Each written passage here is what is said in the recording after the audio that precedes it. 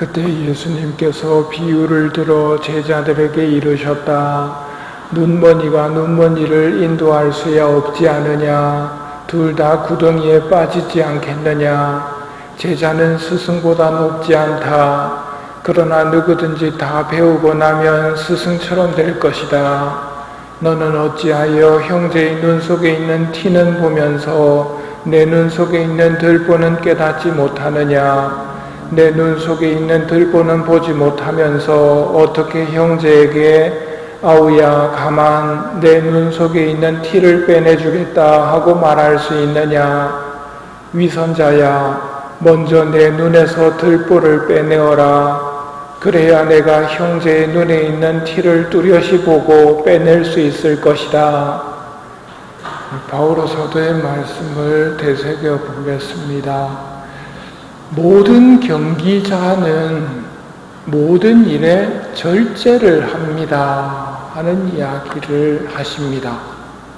경기장에서 달리게 하는 이들이 모두 달리지만 상을 받는 사람은 한 사람뿐이라는 것을 모르십니까? 이와 같이 여러분도 상을 받을 수 있도록 달리십시오. 모든 경기자는 모든 일에 절제를 합니다.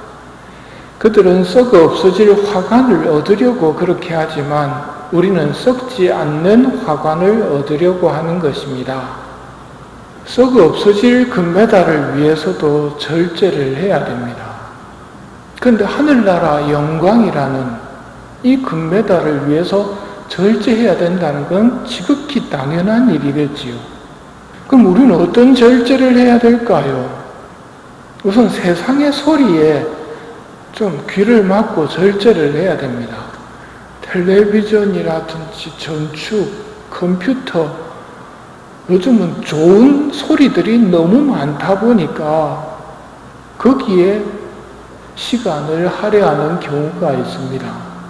그게 트로트가 됐든지 클래식이 됐든지 좀 벗어날 줄 알아야 됩니다. 벗어나는 시간을 가져야 됩니다. 하느님하고만 단둘이 있기 위해서 거기서 벗어나야 합니다. 그게 절제입니다. 그런 절제의 시간을 기도 시간이라고 할 수 있을 겁니다.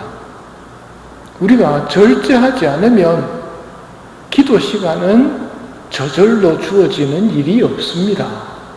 어느새 잘 시간이 되었을 뿐이겠지요. 세상의 소리를 절제해야 됩니다. 또 경기를 이기기 위해서 절제해야 되는 것은 빵과 물만으로의 단식을 성모님이 말씀하셨다는 것을 기억해야 됩니다. 요즘은 단식하는 사람들이 많지 않아서 단식의 힘이라든지 단식의 은혜를 말해주는 사람이 별로 없지만 성모님께서 우리에게 빵과 물만으로의 단식을 통해서 마귀를 이기고 마귀의 유혹을 이기고 기적까지도 하느님에게서 받을 수 있다는 것을 말씀해 주셨습니다. 이걸 기억하며 우리도 먹고 마시는 것에 있어서도 절제하고 승리를 위한 준비를 해야 합니다. 오늘 복음에서 아우야 가만 내 눈 속에 있는 티를 빼내주겠다고 말하는 사람, 정작 자기 눈에는 들보가 들어있었습니다.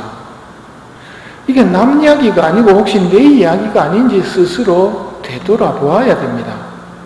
고해성사가 자기를 되돌아보는 시간입니다.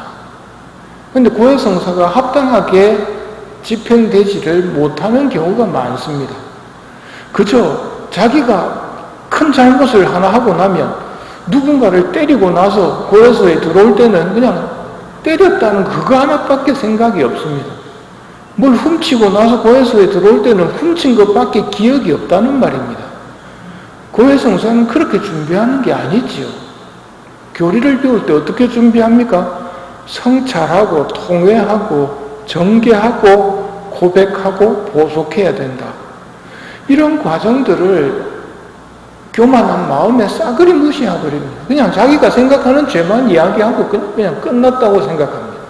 아닙니다. 고해성사는 우리 본당 같은 경우 저기 있는 고해성사 준비 파일을 읽으면서 하느님께 내가 죄를 지었다는 것, 참으로 사랑받으셔야 할 주님의 마음을 내가 아프게 해드렸다는 것. 그래서 하느님과 관계가 틀어졌는데 이걸 화해하기 위해서 고해성사를 본다는 전반적인 분위기부터 익혀야 됩니다. 부부싸움을 하고 집에 들어가 우리 화해하자 한다고 화해가 됩니까? 뭔가 전반적인 배경에 정말 화해하고 싶다는 것과 내가 잘못했다는 것을 인지하고 뉘우치고 있다는 걸 보여야 되지요.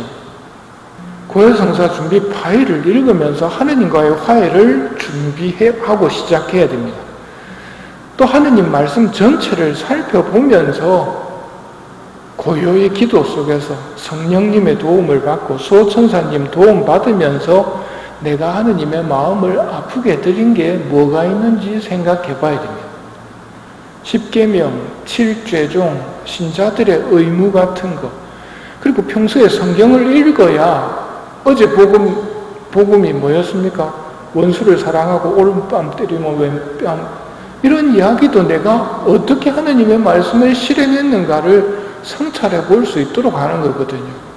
우리는 머리가 그렇게 안 좋습니다. 한번 들어봤다고 해서 고해성사 볼 때 그런 구절들이 떠오르지는 않는단 말입니다. 이런 과정을 통해서 내 안에 들보가 없는지 봐야 됩니다. 죄가 없어서가 아니고 죄가 너무 커서 못 보는 경우가 많거든요. 근데 자기는 죄가 별로 없다고 생각합니다. 과연 없을까요? 들보로 들어차서 아예 보이지가 않는데 안 보이다 보니까 없다라고 착각하는 것은 아닌지, 죄와 악습에서 벗어나기 위해서는 절제의 은총이 필요합니다. 우리는 세상에 사라져버릴 금메달을 위해서 뛰는 게 아니거든요. 지금 여러분이 미사에 참여하시면서도 허공을 치듯이 권투하고 계시면 안 됩니다. 그냥 멍하니 와가 계시면 안 된단 말입니다. 뚜렷하게 하느님에게 무언가를 바라거나 혹은 정신 바짝 차리고 귀를 쫑긋 세워서 뭐라고 말씀하시는지 들어야 됩니다. 지금 뭐라고 말씀하고 계십니까? 절제해야 된다고 말씀하십니다.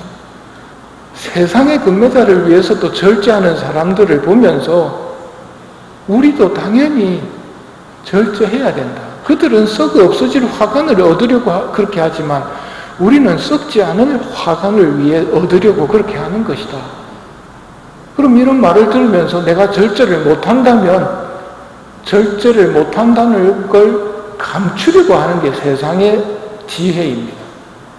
우리는 감추려고 할 게 아니고 의사 선생님께 저는 인내심이 너무 없습니다. 저 좀 고쳐주십시오 하고 뚜렷하게 허공을 칠 게 아니고 뚜렷하게 하느님에게 말씀드려야 된다는 말입니다. 위선자야, 먼저 네 눈에서 들보를 빼내어라. 그래야 내가 형제의 눈에 있는 티를 뚜렷이 보고 빼낼 수 있을 것이다. 뚜렷하게 기도하고 뚜렷하게 하느님을 의식하면서 오늘 절제에 관한 부분에 있어서 도움을 청하도록 합시다.